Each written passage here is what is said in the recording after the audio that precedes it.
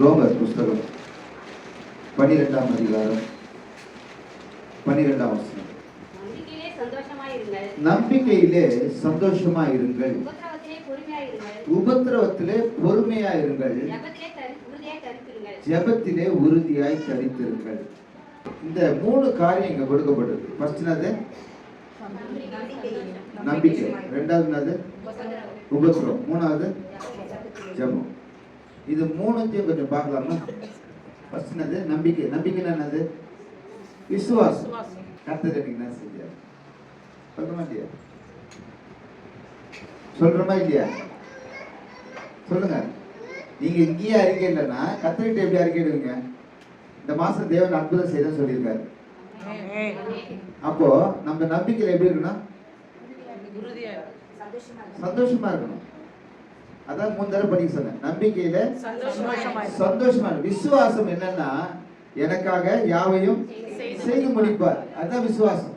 அதான் சங்கீதக்காரன் சொல்றார், எனக்காக கர்த்தர் யாவை செய்து முடிப்பார். இல்ல யோபுவும் அதுதான் சொல்றார். இல்ல அப்போ நம்பிக்கையில சந்தோஷமா இருக்கணும். என்னன்னா, நான் போவேன், கர்த்தர் எனக்காக என்ன ஆயத்தம் பண்ணி வச்சிருப்பார். அல்லேலூயா. திருப்பி வாசிக்கலாம் வசனத்தை. நம்பிக்கையிலே சந்தோஷமாயிருங்கள், நம்பிக்கையிலே சந்தோஷமாயிருங்கள், உபத்திரவத்திலே பொறுமையாயிருங்கள், உபத்திரவத்திலே பொறுமையாயிருங்கள், ஜெபத்திலே உறுதியாய் தரித்திருங்கள். இதுதான் ரொம்ப முக்கியம். ஜெபத்திலே உறுதியாய் தரித்து. உறுதியான அப்படின்னா, நம்மளுடைய தமிழ் காரியத்தை சொல்லும்போது பற்றி கொள்ளுதல், விடவே கூடாது. இந்த கயிறு இழுக்கிற போட்டி இருக்கும் பார்த்துருக்கீங்களா? நடுவில் சென்டர் ஒரு பாயிண்ட் வச்சுட்டு அந்த பக்கம் ஒரு 10 பேர், இந்த பக்கம் ஒரு 10 பேர் இழுப்பாங்க. அந்த கயிறு அவங்க ஸ்ட்ராங்கா பிடிக்கணும். ஸ்ட்ராங்கா 10 பேர் பிடிக்கணும். ஒருத்தர் விட்டா கூட கஷ்டம். அந்த வெயிட் ஃபுல்லாவே இழுக்கணும். அது பலத்தையும் அவருடைய வீரத்தையும் அங்க காட்டுற காரியமா இருக்கிற அப்படினால 2 பக்கம் நல்லா எஃபர்ட் கொடுக்கணும். அப்படி கொடுத்து இழுக்கிற போது ஜெபத்துல உறுதியாய் தரித்துக்கொள்ளா விடாப்பிடியா இருக்கணும். பெரும்பாலுள்ள ஸ்திரீ எல்லாவற்றையும் இழந்த போது, ஆனால் கர்த்தருடைய மட்டும் இழக்கல. அல்லேலூயா. கர்த்தர் மட்டும் இழக்கல. ஏன் இழக்கலன்னா, அவங்க உறுதியாய் அந்த வஸ்திரத்தின் ஓரத்தை பிடிச்சிட்டாங்க. அல்லேலூயா.